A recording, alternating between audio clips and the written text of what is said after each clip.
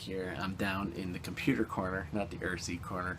I'm doing some video editing, and I've come up with this new series I want to do on my channel. Instead of doing the quote-unquote tour video of seeing shelves and all the models there, I'm going to take the models that I have and I'm going to charge them batteries up and get them out on the road or out on the field or out on the track.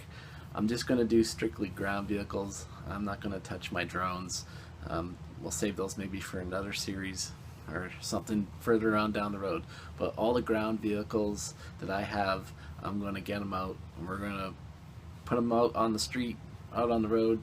We'll give them a test, and I'll tell you how they've been holding up over the years. And this is also good to get all my models running and see where they're at. And some of them I haven't driven in a while, and I'm looking forward to running them again.